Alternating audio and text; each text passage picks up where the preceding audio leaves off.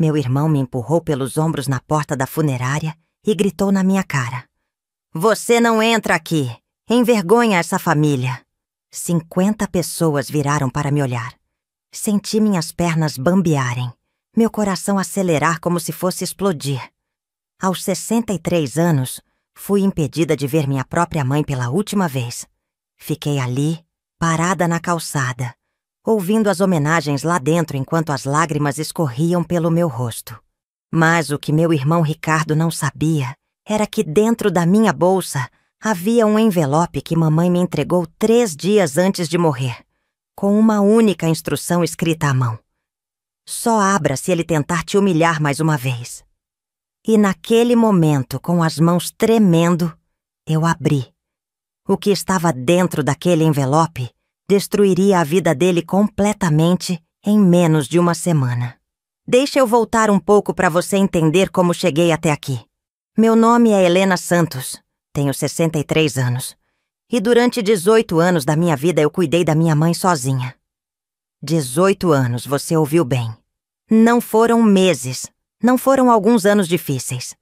Foram quase 2 décadas inteiras dedicadas exclusivamente a uma pessoa que mal conseguia se mover sozinha após o AVC que sofreu quando eu tinha 45 anos. Eu era enfermeira no Hospital das Clínicas em São Paulo. Ganhava bem, $8.500 por mês, tinha plano de carreira, benefícios excelentes. Estava prestes a assumir a coordenação da UTI quando recebi a ligação que mudou tudo. Era tarde da noite, 3 da manhã de uma terça-feira de agosto. "Sua mãe sofreu um AVC grave. Você precisa vir imediatamente." Larguei tudo, literalmente tudo. Pedi demissão na mesma semana porque percebi que mamãe precisaria de cuidados 24 horas. Os médicos foram claros. Ela teria sequelas permanentes, mobilidade reduzida do lado esquerdo, dificuldade de fala. Precisaria de supervisão constante. Meu irmão Ricardo, 4 anos mais velho que eu, apareceu no hospital apenas uma vez. Ficou 20 minutos, fez algumas perguntas aos médicos, olhou para mim e disse: "Helena, você sempre foi melhor com essas coisas de cuidar. Eu tenho a empresa, não posso largar tudo. Vou mandar dinheiro todo mês para ajudar." E foi exatamente isso que ele fez. Todo dia 5 do mês, uma transferência de R$2.000 caía na minha conta. R$2.000. Enquanto isso, eu gastava $4. 800 mensais só com medicamentos, fraldas geriátricas, suplementos alimentares. O restante eu tirava das minhas economias, que foram derretendo como sorvete no sol. Nos primeiros 6 meses, gastei $43.000 da minha poupança para adaptar a casa de mamãe. Coloquei barras de apoio em todos os banheiros, comprei uma cama hospitalar elétrica de $8.700, instalei um elevador de escada que custou $18.500, reformei o banheiro inteiro para acessibilidade por $16.200. Ricardo não contribuiu com 1 centavo além das transferências mensais. Acordava todos os dias às 5 da manhã. Dava banho em mamãe, trocava as fraldas, preparava o café dela com a consistência certa, porque ela tinha dificuldade para engolir.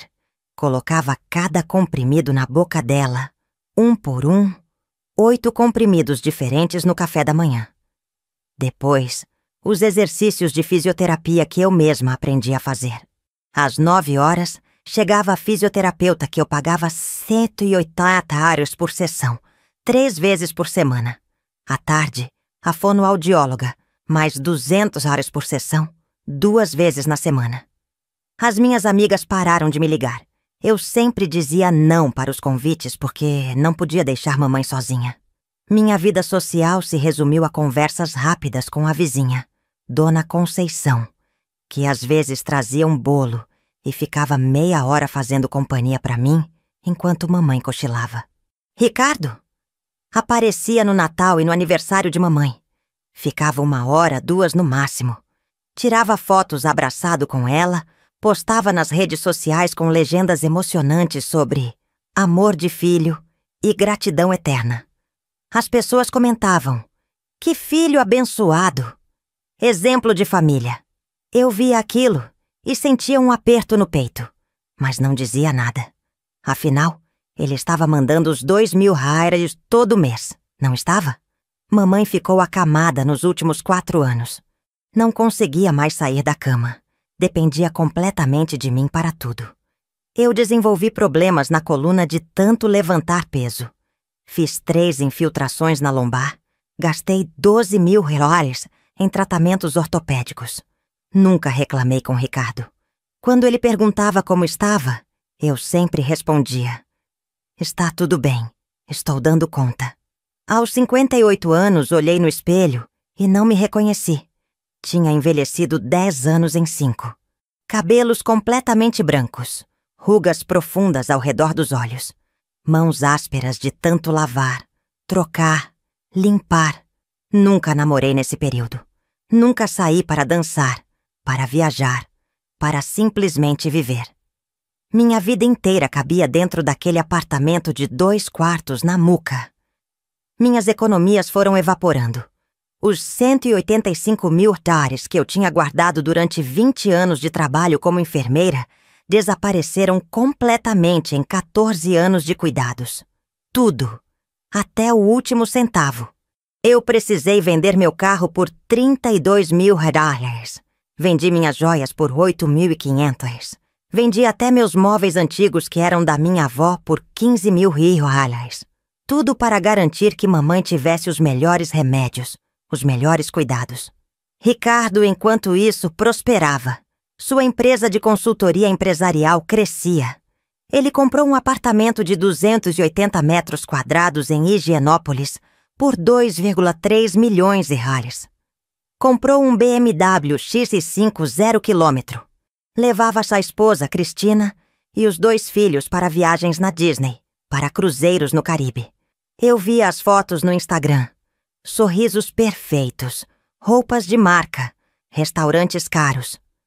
Uma vez, há 3 anos, eu liguei para ele desesperada. Mamãe tinha desenvolvido uma pneumonia grave. Precisava de um antibiótico específico que custava 4.700 e eu não tinha mais dinheiro. Minha conta estava com 340 reais. Liguei chorando. Ricardo, preciso da sua ajuda. É uma emergência. Ele suspirou do outro lado da linha. Helena, eu já mando 2.000 por mês. Não posso ficar bancando tudo. Você precisa aprender a se organizar financeiramente. Eu gelei. Fiquei em silêncio por alguns segundos, processando aquelas palavras. Eu, que tinha gastado cada centavo que possuía, que tinha desistido da minha carreira, da minha vida, estava sendo acusada de falta de organização financeira? Ricardo, eu gastei todo o dinheiro que eu tinha. Todos os meus 185.000 reais de economia se foram. Vendi meu carro, vendi minhas coisas. Preciso apenas dessa ajuda para o remédio. Tá bom. Vou transferir. Mas é a última vez, Helena. Você precisa encontrar outras soluções. Ele transferiu os 4.700 dólares e nunca mais ofereceu ajuda extra. Mas mamãe percebeu. Ela sempre foi uma mulher inteligente, mesmo com todas as limitações. Seus olhos me acompanhavam pela casa, e às vezes eu via lágrimas escorrendo silenciosamente pelo rosto dela. Um dia, 6 meses atrás, ela fez um esforço enorme para falar. Sua fala era arrastada, difícil, mas ela disse claramente: Ricardo, não, presta. Eu segurei a mão dela e chorei. Não fala assim, mãe. Ele é seu filho. Ela balançou a cabeça devagar, categoricamente. Você... tudo. Você... E apertou minha mão com a pouca força que tinha.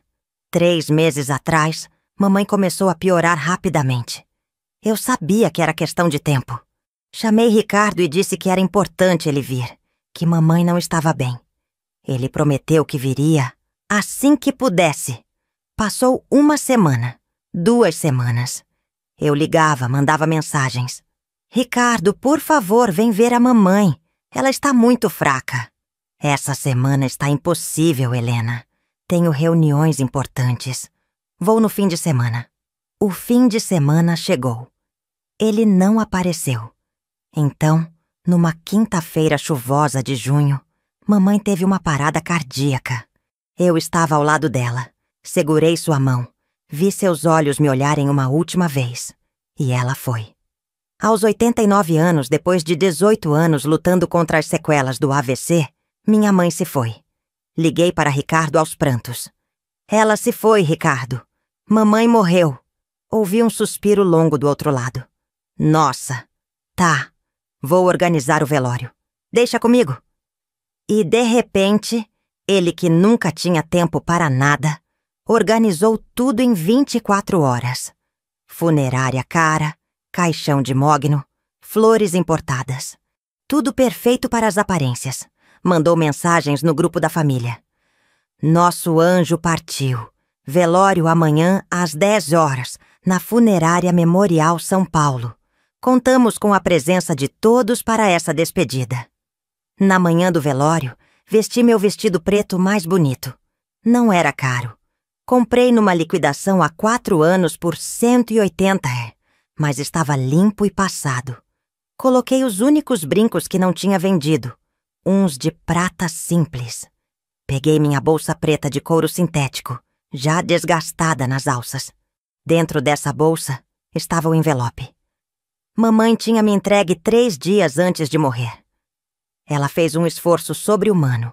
Abriu a gaveta da mesinha ao lado da cama com a mão que ainda funcionava e tirou um envelope branco, grande, lacrado com fita adesiva.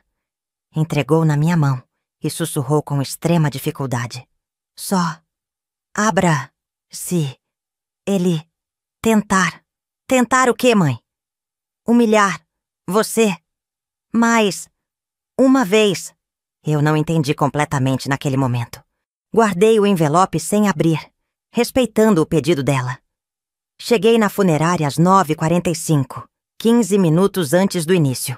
Havia cerca de 50 pessoas na porta, conversando em grupinhos. Familiares que eu não via há anos, amigos de mamãe, vizinhos antigos. Comecei a subir os 3 degraus da entrada quando ouvi a voz de Ricardo atrás de mim. Helena, espera aí. Virei.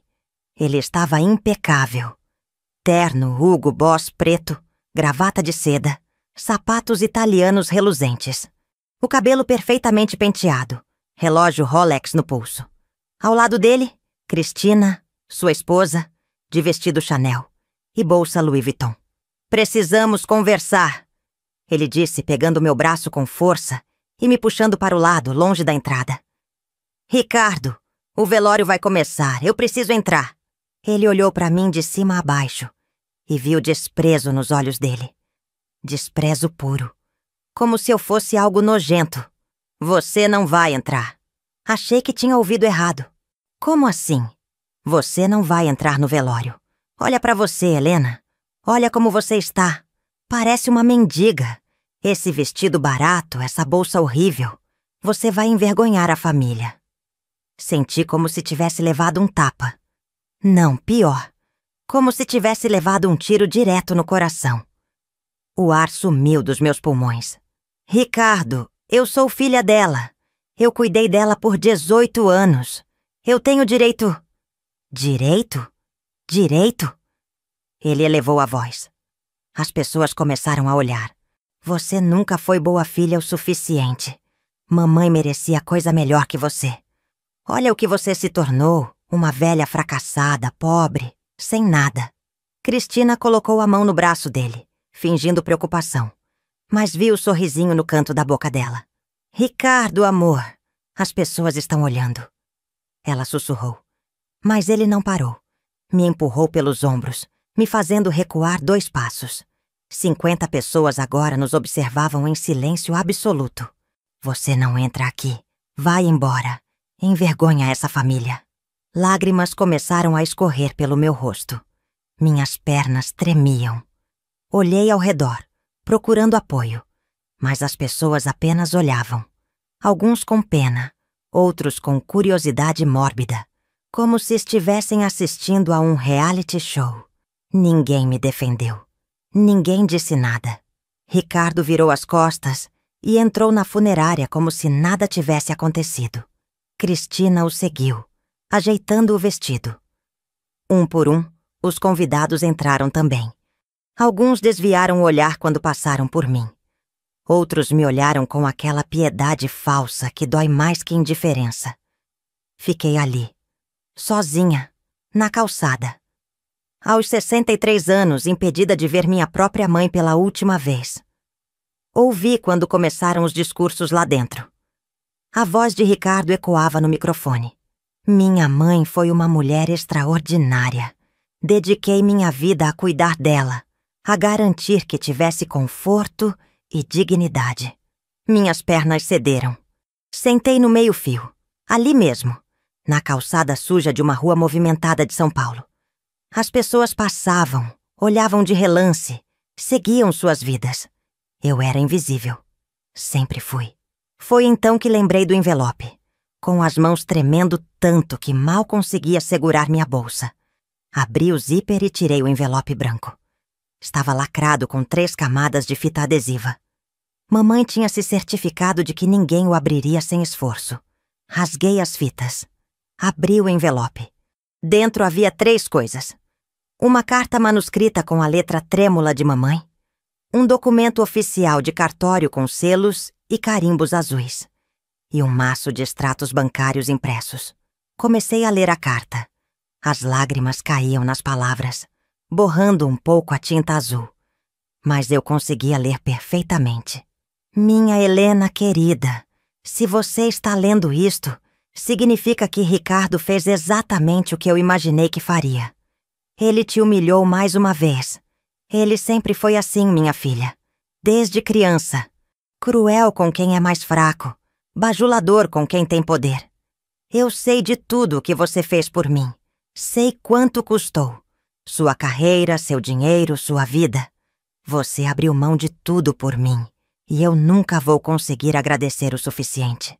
Mas o que você não sabe é que eu sempre soube o que Ricardo estava fazendo.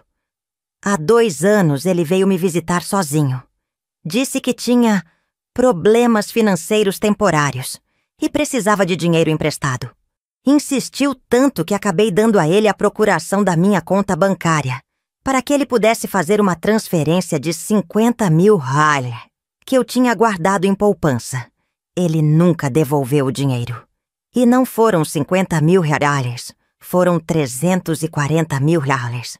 Ele usou a procuração para fazer saques mensais durante 2 anos.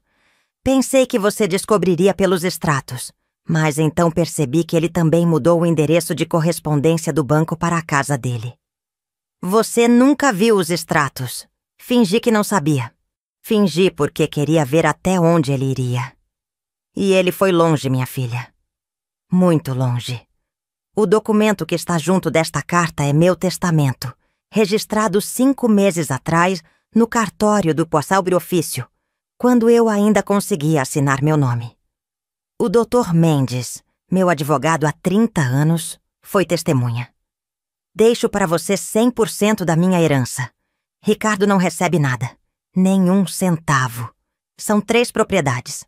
O apartamento onde eu morava, na aclimação, 3 quartos, 140 metros quadrados. Vale 1,8 milhão segundo a avaliação de março. A casa na praia em Guarujá que herdei da sua avó. Vale 950 mil reais. Um apartamento pequeno no Tatuapé que comprei como investimento há 15 anos e nunca comentei com ninguém. Vale 680 mil reais. Além disso, tenho 780 mil reais aplicados em CDB num banco que Ricardo não conhece. Tudo é seu. Cada tijolo, cada centavo. Os extratos bancários provam o que Ricardo fez. São 24 meses de saques não autorizados. Isso é crime, Helena. Estelionato. Apropriação indébita. Você decidirá o que fazer com essas informações. Mas quero que saiba uma coisa. Você merece justiça. Você merece ser feliz. Você deu sua vida por mim. Agora viva para você. Não deixe Ricardo te humilhar nunca mais. Com todo o meu amor eterno, mamãe. Minha visão estava embaçada pelas lágrimas. Li a carta 3 vezes. Depois peguei o testamento. Era real. Carimbado, assinado, Testemunhado. Data: 18 de janeiro. 5 meses atrás. Peguei os extratos bancários. Folheei página por página. Saque de 15 mil reais. Saque de 12 mil reais. Saque de 18 mil reais. Transferência de 25 mil reais.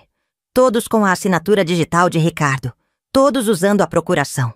No total, 340 mil reais roubados em 24 meses. Enquanto eu vendia minhas últimas posses para comprar remédios, meu irmão roubava a conta de mamãe para financiar sua vida de luxo. Algo dentro de mim se rompeu naquele momento.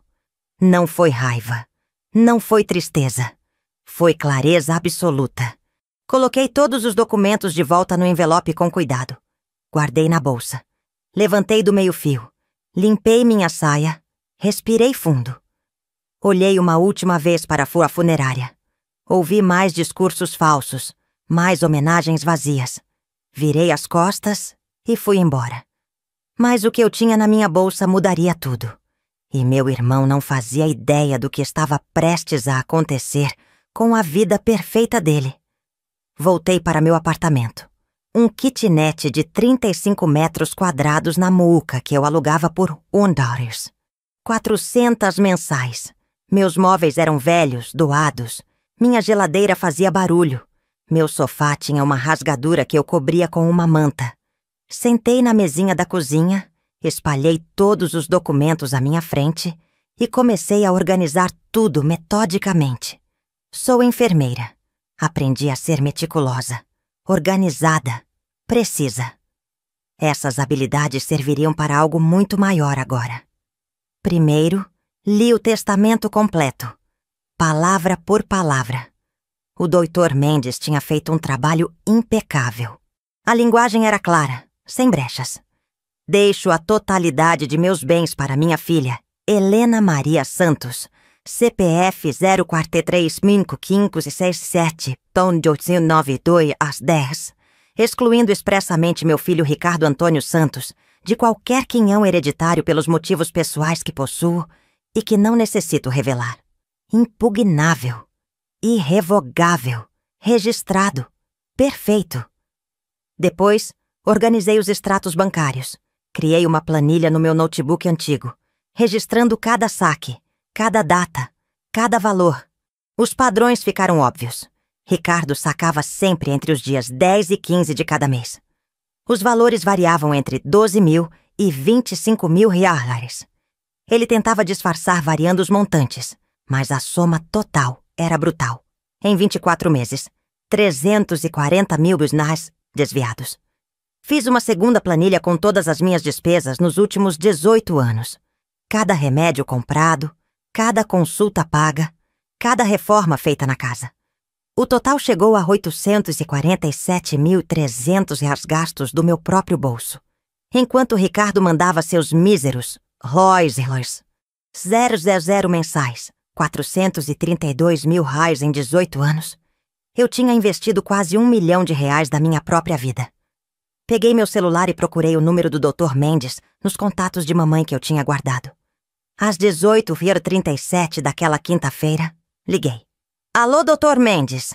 Aqui é Helena Santos, filha de Dona Teresa. Preciso marcar uma reunião urgente. É sobre o testamento. Helena, meus pêsames, minha querida.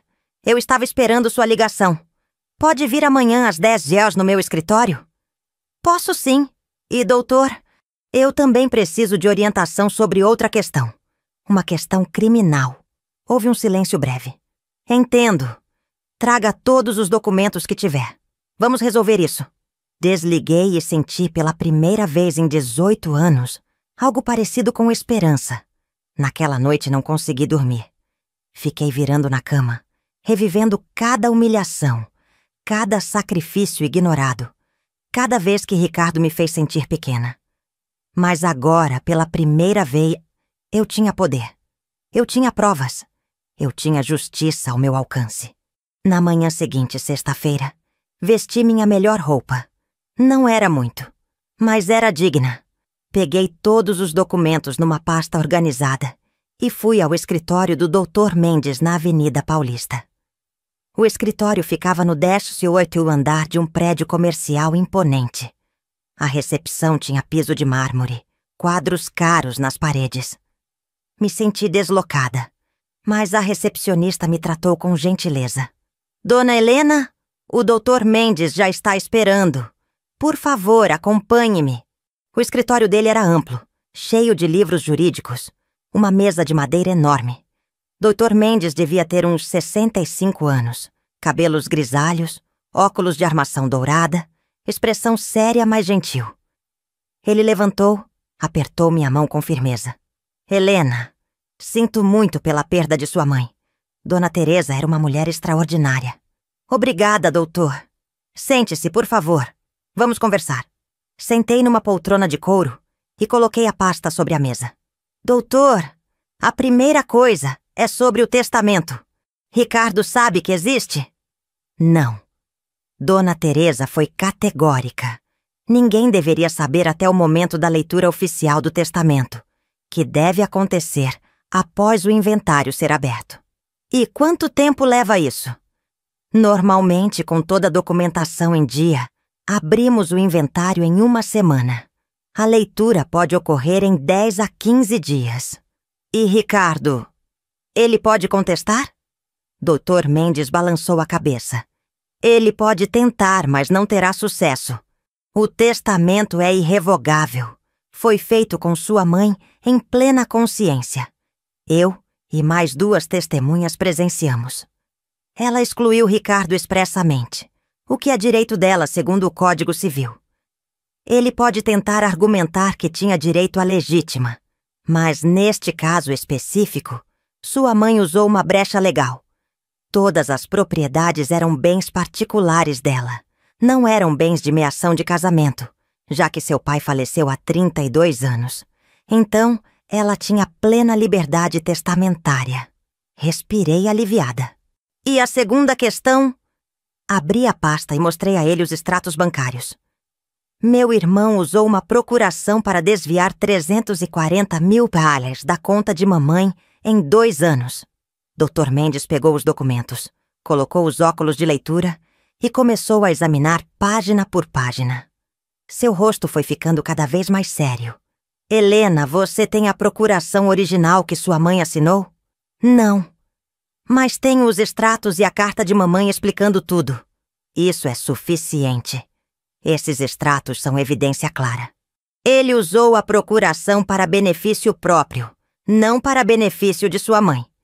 Isso configura crime de apropriação indébita e estelionato. São crimes graves. Ele pode pegar de 1 a 5 anos de prisão, dependendo de como o juiz interpretar. Meu coração acelerou. E o que eu preciso fazer? Primeiro, vamos abrir o inventário e garantir a transferência dos bens para você. Isso já vai abalar Ricardo, porque ele certamente esperava herdar. Depois, você decide se quer abrir um processo criminal. É seu direito, mas lembre-se, processo criminal contra a família é desgastante. Você precisa ter certeza. Olhei nos olhos dele. Doutor, meu irmão me impediu de entrar no velório da minha própria mãe ontem, na frente de 50 pessoas. Me chamou de fracassada, de pobre, de vergonha da família. Enquanto isso, ele estava roubando mamãe há 2 anos. Eu tenho certeza absoluta. Dr. Mendes assentiu devagar. Então vamos em frente. Vou precisar de alguns documentos seus e vamos dar entrada no inventário hoje mesmo. Em 1 semana, convoco uma reunião familiar para a leitura oficial do testamento. É nessa reunião que Ricardo vai descobrir que não herdou nada. E aí, se você quiser, entramos com a queixa-crime. Eu quero justiça. Você terá. Passei as próximas 3 horas no escritório, organizando papelada. Certidão de óbito de mamãe, meus documentos pessoais, cópias autenticadas de tudo. Doutor, Mendes foi extremamente eficiente. No fim da tarde, estava tudo protocolado. Helena, uma última coisa, disse ele enquanto me acompanhava até a porta. Prepare-se psicologicamente. Quando Ricardo descobrir que perdeu a herança, e que você tem provas do que ele fez, ele vai reagir. Pode ficar agressivo. Certifique-se de não estar sozinha quando isso acontecer. Vou ter cuidado. Saí do escritório com uma sensação estranha. Era um misto de medo e excitação. Pela primeira vez em quase 2 décadas, eu estava tomando controle da minha própria vida. Nos dias seguintes, Ricardo me ligou 3 vezes. Não atendi nenhuma. Ele mandou mensagens no WhatsApp. Helena, precisamos conversar sobre os bens de mamãe. Vamos dividir tudo certinho, ok? Me liga. Não respondi. Ele insistiu. Helena, não fica assim. Desculpa pelo que aconteceu no velório. Eu estava nervoso, emotivo. Você sabe como é. Vamos conversar como irmãos. Deletei sem ler até o fim. No 5º dia, ele apareceu na porta do meu apartamento. Bateu 3 vezes. Olhei pelo olho mágico e vi ele ali, sozinho, sem o terno caro dessa vez. Jeans e camisa polo, tentando parecer simples, acessível. Não abri a porta. Helena, eu sei que você está aí. Por favor, abre. Precisamos conversar. Silêncio. Helena, abre essa porta. Continuei em silêncio. Depois de 5 minutos batendo e gritando, ele desistiu. Ouvi os passos dele se afastando pelo corredor. Mandei mensagem para Dr. Mendes. Ele apareceu aqui. Não abri. Quando vai ser a reunião? Resposta. Próxima quinta-feira, 15 horas, no meu escritório. Já mandei convite oficial para Ricardo por e-mail e carta registrada. Ele não pode se recusar. Faltavam 6 dias. Usei esse tempo para fazer algo que não fazia há 18 anos. Cuidar de mim. Fui ao salão de beleza. Gastei 280 reais que eu mal tinha, mas precisava. Cortei o cabelo. Pintei de um castanho elegante cobrindo os brancos. Fiz as unhas. Olhei no espelho e vi uma mulher que eu não via há muito tempo. Comprei numa loja de departamento um vestido social azul marinho por 340 euros em 3 vezes no cartão. Comprei uma bolsa nova, simples, mas de couro legítimo, 180. Sapatos fechados de salto baixo, 160. Quando me olhei no espelho na quinta-feira de manhã, antes de sair para a reunião, vi uma mulher diferente. Ainda tinha 63 anos. Ainda tinha rugas e marcas de uma vida difícil. Mas havia dignidade ali. Havia força. Cheguei ao escritório às 14h50. Ricardo já estava na recepção. Ele se levantou quando me viu. Tentou sorrir. Helena, que bom te ver. Você está... diferente. Não respondi. Apenas olhei para ele e segui a recepcionista até a sala de reuniões. Era uma sala grande, mesa oval de madeira, 10 cadeiras. Dr. Mendes já estava sentado na cabeceira, com uma pasta grossa à sua frente. Havia outro homem na sala, que ele apresentou. Este é o Dr. Paulo, perito contábil que vai nos auxiliar. Ricardo entrou logo atrás de mim, confuso.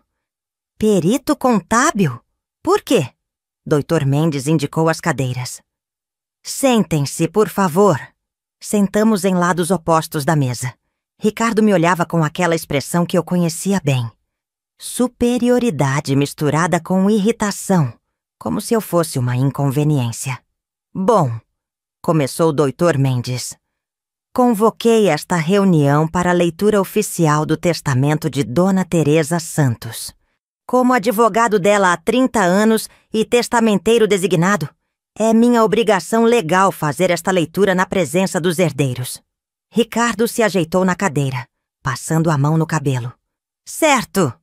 Vamos logo com isso. Imagino que seja divisão meio a meio, né? Eu e Helena. Dr. Mendes abriu a pasta, tirou o testamento. Vou ler na íntegra. Começou a leitura. Identificação de mamãe, data, local, testemunhas. Ricardo tamborilava os dedos na mesa, impaciente. Então, doutor, Mendes chegou na parte crucial. Deixo a totalidade de meus bens para minha filha, Helena Maria Santos, CPF 043.567.89210. Ricardo parou de tamborilar. Seu rosto ficou branco. Excluindo expressamente meu filho, Ricardo Antônio Santos, de qualquer quinhão hereditário. Como assim? Ricardo levantou da cadeira. Isso não pode estar certo. Deixa eu ver isso aí. Dr. Mendes manteve o documento longe do alcance dele. O testamento é claro, Ricardo. Sua mãe decidiu deixar tudo para Helena. Isso é ilegal. Eu tenho direito à legítima. Na verdade, não. Sua mãe tinha plena liberdade testamentária sobre esses bens, porque eram bens particulares dela, não meação. Ricardo me olhou com puro ódio. Foi você! Você manipulou ela. Você aproveitou que ela estava doente, senil. Sua mãe estava em plena consciência quando fez este testamento. Há 5 meses. Interveio o Dr. Mendes calmamente. Eu atestor isso. E mais 2 testemunhas. Você pode contestar na justiça se quiser, mas vai perder. Ricardo começou a andar de um lado para o outro. Passou as mãos no rosto. Quanto? Quanto ela deixou? Dr. Mendes olhou para mim. Assenti com a cabeça. 3 propriedades totalizando 3.430 mil hares em valor de mercado, mais 780 mil hares em investimentos bancários. Total, 4.210 mil hares. Ricardo cambaleou. Teve que apoiar na cadeira. 4 milhões. Isso mesmo. Ele olhou para mim. Seu trabalho foi você descobrir que mamãe era rica e tomar tudo para você. Respirei fundo. Era minha vez de falar. Ricardo, durante 18 anos eu cuidei de mamãe sozinha. Gastei 847.300 reais do meu próprio dinheiro. Vendi tudo o que eu tinha. Meu carro, minhas joias, meus móveis. Enquanto isso, você mandava 2.000 reais por mês e aparecia 2 vezes por ano para tirar foto. Mamãe sabia exatamente quem eram seus filhos. Você não merece nada disso. Há mais, disse Dr. Mendes. Ricardo olhou para ele. Mais o quê? O perito contábil, Dr. Paulo, se levantou e colocou uma pilha de papéis na mesa. Senhor Ricardo, estes são extratos bancários da conta de Dona Teresa dos últimos 24 meses.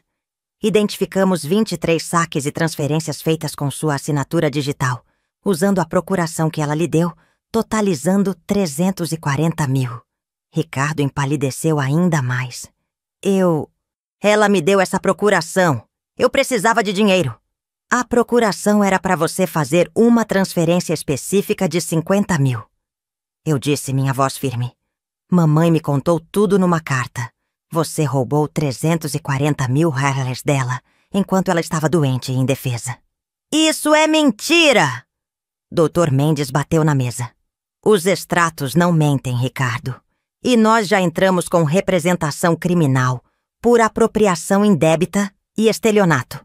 A polícia vai te chamar para depor nos próximos dias. Ricardo sentou pesadamente. Colocou a cabeça entre as mãos. Eu tô ferrado. E foi então que eu disse a frase que vou me lembrar para sempre. Você me disse para desaparecer. Você me impediu de ver mamãe pela última vez. Disse que eu era uma vergonha. Bom, você vai ter exatamente o que pediu. Vou desaparecer da sua vida para sempre. Mas antes, você vai enfrentar as consequências de tudo que fez. Levantei, peguei minha bolsa. Dr. Mendes, pode seguir com tudo. Eu autorizo o processo criminal. Entendido. Caminhei até a porta. Ricardo gritou atrás de mim. Helena, espera. A gente pode conversar. Eu devolvo o dinheiro, por favor. Não olhei para trás. Saí da sala, atravessei a recepção, entrei no elevador. Quando as portas se fecharam, deixei as lágrimas caírem. Mas não eram lágrimas de tristeza. Eram de alívio, de liberdade, de justiça finalmente alcançada. As 48 horas seguintes foram um turbilhão. O advogado de Ricardo me ligou 7 vezes. Não atendi. Ele mandou uma proposta por e-mail. Ricardo se comprometia a devolver os 340 mil hares em parcelas de 10 mil reais mensais, se eu desistisse do processo criminal. Respondi com uma única frase. Não aceito acordos. Cristina, esposa de Ricardo, me mandou áudio de 5 minutos chorando, implorando. Helena, pelo amor de Deus, pensa nos meus filhos. O pai deles pode ir preso. Ele errou, mas todo mundo erra. Você vai destruir nossa família. Ouvi o áudio inteiro. Depois bloqueei o número dela. No terceiro dia, recebi uma ligação do banco onde mamãe tinha a conta. A gerente, muito educada, informou que Ricardo tinha tentado fazer mais um saque, usando a procuração, mas a conta estava bloqueada por ordem judicial. Ele ficou alterado aqui na agência, dona Helena. Tivemos que chamar segurança. 3 dias depois, a polícia convocou Ricardo para depor. Dr. Mendes me manteve informada de tudo. Ricardo tentou alegar que mamãe tinha doado o dinheiro para ele verbalmente, que não era roubo. Mas os extratos mostravam um padrão claro de desvio de recursos. O delegado abriu inquérito formal. Ricardo virou réu. Mas as consequências foram além do criminal. O banco onde Ricardo tinha conseguido um empréstimo empresarial de 1,2 milhão descobriu o processo. Empréstimo desse porte exige análise de caráter. Réu por crime financeiro? Inaceitável. O banco cancelou o crédito e exigiu pagamento imediato do que já tinha sido liberado. 650 mil reais. Ricardo não tinha esse dinheiro. Ele tinha usado tudo para investir na expansão da empresa e para manter o padrão de vida alto. Os sócios da empresa dele fizeram reunião emergencial. 3 dias depois, Ricardo foi expulso da própria empresa. Os sócios alegaram quebra de confiança e risco reputacional. A empresa valia 2,3 milhões de reais no mercado. Ricardo tinha 40% de participação. Os sócios ofereceram comprar sua parte por 420 mil reais, menos da metade do valor real. Ele não tinha escolha. Aceitou. Usou esses 420 mil reais para pagar parte da dívida do banco. Ainda ficou devendo 230 mil reais. Cristina pediu divórcio. Ela era esperta. Viu o navio afundando e pulou fora. Entrou com pedido de separação de bens, alegando que tudo foi adquirido antes ou durante fraudes do marido. O juiz aceitou. Ela ficou com o BMW e metade do dinheiro da venda da participação na empresa. Ricardo teve que sair do apartamento de 280 metros quadrados porque era alugado. E ele não conseguia mais pagar os $8.500 mensais. Alugou um apartamento de 60 metros em um bairro periférico por $1.800. Tudo isso em 3 semanas. Eu soube de tudo através da prima Márcia, única pessoa da família que me mantinha informada. Ela me ligava e contava. Helena, ele tá destruído. Perdeu tudo. A empresa, a mulher, o apartamento. Tá trabalhando como representante comercial ganhando comissão. Não senti pena. Senti que justiça tinha sido feita. Enquanto a vida de Ricardo desmoronava, a minha estava recomeçando. Com a herança garantida através do inventário, que foi surpreendentemente rápido, já que não houve contestações sérias, eu tinha 4.210 mil reais em patrimônio. Decidi vender o apartamento de Higienópolis. Era grande demais para mim, e eu não queria morar em São Paulo. Aquela cidade tinha memórias demais, dor demais. Vendi por 1,9 milhão. 100 reais. 0,00 a mais que a avaliação, porque o comprador estava desesperado. Mantive a casa na praia em Guarujá. Era linda, de frente para o mar, 3 quartos, piscina. Valia 950 mil reais, mas decidi não vender. Seria meu refúgio. O apartamento no Tatuapé eu coloquei para alugar por 3.200 reais mensais. Renda passiva. Com os meus 9 milhões da venda do apartamento de Higienópolis, mais os 780 mil reais que mamãe tinha investido, eu tinha 2,68 milhões líquidos. Investi 1,5 milhão reais em renda fixa conservadora que me rendia 12 mil reais por mês, líquidos, mais os 3.200 reais do aluguel. Total, 15.200 mensais sem trabalhar. Separei 800 mil reais, para realizar os sonhos que eu tinha adiado por 18 anos. E foi aí que tomei a decisão mais importante da minha vida. Eu iria sair de São Paulo. Iria para um lugar onde ninguém conhecia minha história, onde eu poderia recomeçar completamente. Escolhi Porto Alegre. Sempre gostei do Sul, da cultura, do clima, do ritmo mais tranquilo. E principalmente porque minha prima Márcia morava lá. Ela foi a única pessoa da família que sempre me tratou com respeito e carinho. Comprei uma cobertura duplex em um prédio novo no bairro Moinhos de Vento. 3 quartos, 180 metros quadrados, sacada com vista para o Guaíba, churrasqueira, 2 vagas. Paguei 1,1 milhão tatra à vista. Contratei uma decoradora e disse: quero que seja aconchegante, mas elegante. Quero me sentir em casa pela primeira vez na vida. Ela fez um trabalho incrível. Sofá bege de tecido macio, tapetes persas, quadros coloridos, plantas por toda parte, uma biblioteca no escritório. Gastei 180 mil reais na decoração completa. Pela primeira vez aos 63 anos, eu tinha uma casa que era verdadeiramente minha. Não era alugada, não era herdada, não tinha memórias ruins. Era meu recomeço. A mudança foi em setembro. Márcia me ajudou em tudo. No dia que cheguei em Porto Alegre, ela me esperava no aeroporto com um buquê de flores amarelas. Bem-vinda à sua nova vida, prima. Choramos as duas ali mesmo, no meio do saguão do aeroporto. As primeiras semanas foram de adaptação. Conheci o bairro, os mercados, as padarias. Caminhava todas as manhãs no Parcão, um parque lindo perto de casa. Comecei aulas de pilates. Entrei para um clube de leitura. Fiz amizades. Mulheres da minha idade, algumas viúvas, outras divorciadas. Todas recomeçando de alguma forma. Não contei minha história completa para ninguém. Apenas disse que tinha perdido minha mãe recentemente e decidi mudar de cidade para começar de novo. Mas ainda faltava algo. Eu tinha dinheiro, tinha conforto, tinha paz. Mas sentia que precisava de propósito. Foi Márcia quem me deu a ideia. Helena, você cuidou da tia por 18 anos. Você é enfermeira. Você sabe exatamente o que é ser cuidador.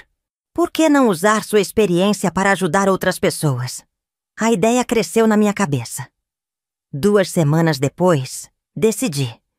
Eu iria criar uma ONG de apoio a cuidadores familiares. Separei 350 mil reais do meu patrimônio para o projeto. Aluguei uma sala comercial de 80 metros quadrados no centro. Contratei uma advogada para fazer todo o registro legal da ONG. Contratei 2 assistentes sociais e uma psicóloga. Chamei a ONG de Mãos que Cuidam. O objetivo era simples: oferecer apoio psicológico, orientação jurídica e auxílio financeiro emergencial para pessoas que largaram tudo para cuidar de familiares doentes. Coloquei anúncios em jornais locais, divulguei em redes sociais. Em 2 semanas, tínhamos 47 inscrições de pessoas pedindo ajuda. Entrevistei cada uma pessoalmente. Conheci uma senhora de 58 anos que tinha largado o emprego para cuidar do marido com Alzheimer. Conheci um homem de 51 que cuidava da mãe com câncer e estava endividado. Conheci uma moça de 41 anos que cuidava da avó e não tinha tempo nem para sair de casa. Eram todos eu. Eram minha história se repetindo em dezenas de pessoas. A ONG cresceu. Em 6 meses, tínhamos atendido 120 famílias. Oferecemos consultas psicológicas gratuitas, orientação sobre documentos legais, ajuda financeira emergencial de até 2 mil reais para casos críticos. Usei mais, 200 reais. 000 da minha herança para manter o projeto. Não me importei. Era o melhor investimento que poderia fazer. A mídia local descobriu. Um jornal de Porto Alegre fez uma matéria. Ex-enfermeira cria ONG para apoiar cuidadores invisíveis. A reportagem teve quase 200 mil visualizações online.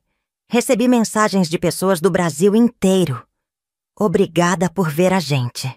Ninguém entende o que passamos. Você está fazendo diferença.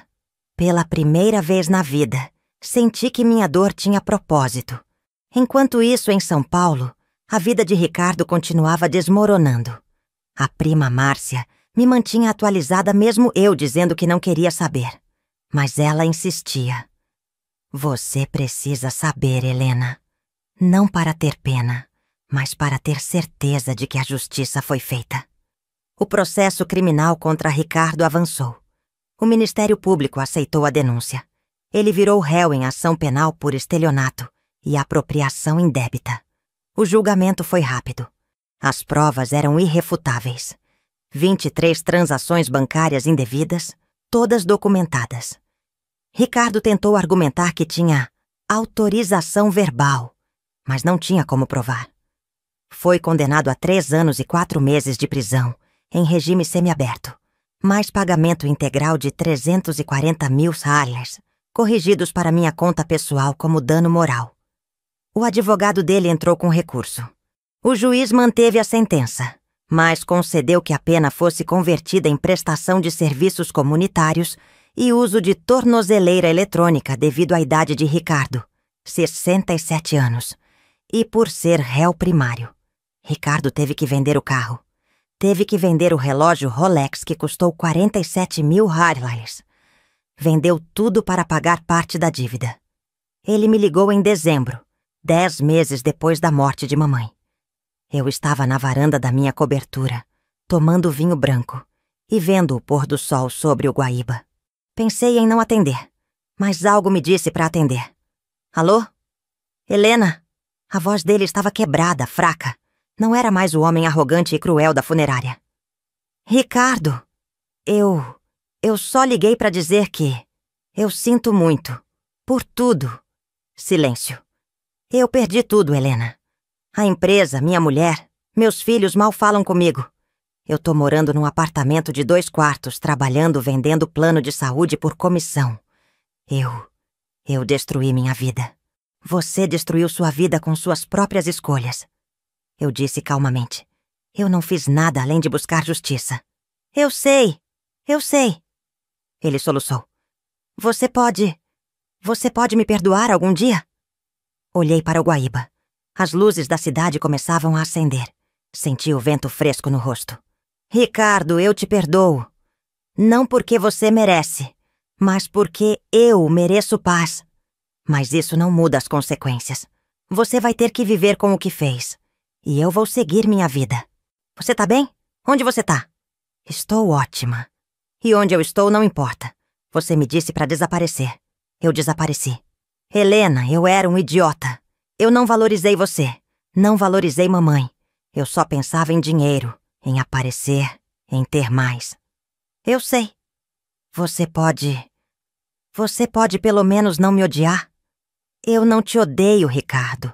Na verdade, eu não sinto nada por você. E essa é a verdade. Desliguei. Bloqueei o número. Nunca mais tivemos contato. Soube depois, através de Márcia, que Ricardo conseguiu reduzir a dívida para 180 mil através de um acordo e que estava pagando em parcelas de 1.500 mensais. Levaria 10 anos para quitar. Soube que ele tinha um relacionamento com uma mulher mais velha, viúva, que o ajudava financeiramente. Soube que os filhos dele, meus sobrinhos que nunca conheci direito, cortaram contato. Mas principalmente soube que ele tinha entendido finalmente o peso das suas ações. E isso me bastava. Hoje, 3 anos depois daquela quinta-feira de junho, quando fui impedida de entrar no velório da minha mãe, estou sentada na minha varanda em Porto Alegre, tomando chá de camomila e vendo o amanhecer sobre o Guaíba. Tenho 66 anos. Meu cabelo está grisalho, mas bem cuidado. Minha pele tem rugas, mas são rugas de uma vida finalmente vivida, não apenas sobrevivida. A ONG Mãos que Cuidam já ajudou 387 famílias em 3 anos. Recebemos doações de empresas locais, fazemos eventos beneficentes, Viramos referência nacional em apoio a cuidadores familiares. Viajo 2 vezes por ano. Já fui para Buenos Aires, para o Chile, para Portugal. Conheci Lisboa e chorei na Praça do Comércio, pensando em mamãe e em como ela teria amado estar ali comigo. Tenho amigas verdadeiras. Todas as sextas-feiras jantamos juntas, 6 mulheres entre 58 e 72 anos, todas com histórias de superação, todas recomeçando. Não namorei ninguém. Não senti necessidade. Pela primeira vez na vida, estou completa sozinha. Meu patrimônio líquido hoje é de 3,2 milhões. A cobertura valorizou, meus investimentos renderam, a casa de Guarujá virou meu refúgio nos verões. Financeiramente estou mais que confortável. Emocionalmente estou em paz. Às vezes olho a foto de mamãe que mantenho na estante da sala. Ela está sorrindo. Uma foto de 20 anos atrás, antes do AVC. Converso com ela em pensamento. Obrigada, mãe, por tudo. Por me ensinar que sacrifício verdadeiro não precisa ser recompensado com gratidão alheia, mas com paz interior. Por me dar, no final, não apenas herança, mas justiça e liberdade. Meu irmão queria que eu desaparecesse. E eu desapareci mesmo. Desapareci da vida tóxica, dos relacionamentos destrutivos, da invisibilidade que me foi imposta por 18 anos. Mas no processo de desaparecer daquela vida, eu me encontrei. Encontrei minha dignidade, minha força, meu propósito. Ricardo hoje vive com as consequências de seus atos. Ele não está preso, não está na miséria absoluta, mas perdeu tudo o que valorizava. Status, dinheiro fácil, aparências. Talvez ele tenha aprendido algo, ou talvez não. Não é mais problema meu. O que importa é que eu aprendi a lição mais importante da minha vida. Você pode ser humilhado, pode ser injustiçado, pode ser invisível por anos. Mas no momento que você decide se levantar, buscar justiça e reconstruir sua vida, nada nem ninguém pode te impedir. A vingança não foi gritar, não foi violência, não foi maldade. A vingança foi simplesmente viver. Viver bem, viver feliz, viver livre. E hoje, aos 66 anos, posso dizer com absoluta certeza: eu venci. Não venci porque Ricardo perdeu. Venci porque eu ganhei. Ganhei minha vida de volta. Se você está ouvindo essa história e se identifica, se você já foi invisível, já foi humilhado, já sacrificou tudo por alguém que não valorizou, eu quero que você saiba: nunca é tarde para recomeçar. Nunca é tarde para buscar justiça. Nunca é tarde para viver para você. Aos 63 anos, eu fui impedida de entrar no velório da minha mãe. Mas aquele envelope na minha bolsa mudou tudo. E 3 anos depois, estou aqui, viva, próspera, em paz. O segredo que meu irmão temia não era apenas sobre dinheiro roubado. Era sobre a verdade inevitável. Você não pode fugir das consequências dos seus atos. E a pessoa que você menos espera pode ser exatamente quem vai te fazer encarar essa verdade. Mamãe sabia disso. Por isso me deu aquele envelope. E eu finalmente entendi a última lição dela. Justiça não é sobre vingança. É sobre viver bem apesar de tudo. E é isso que eu faço todos os dias. Vivo, bem, livre, feliz. E essa é a maior vitória de todas.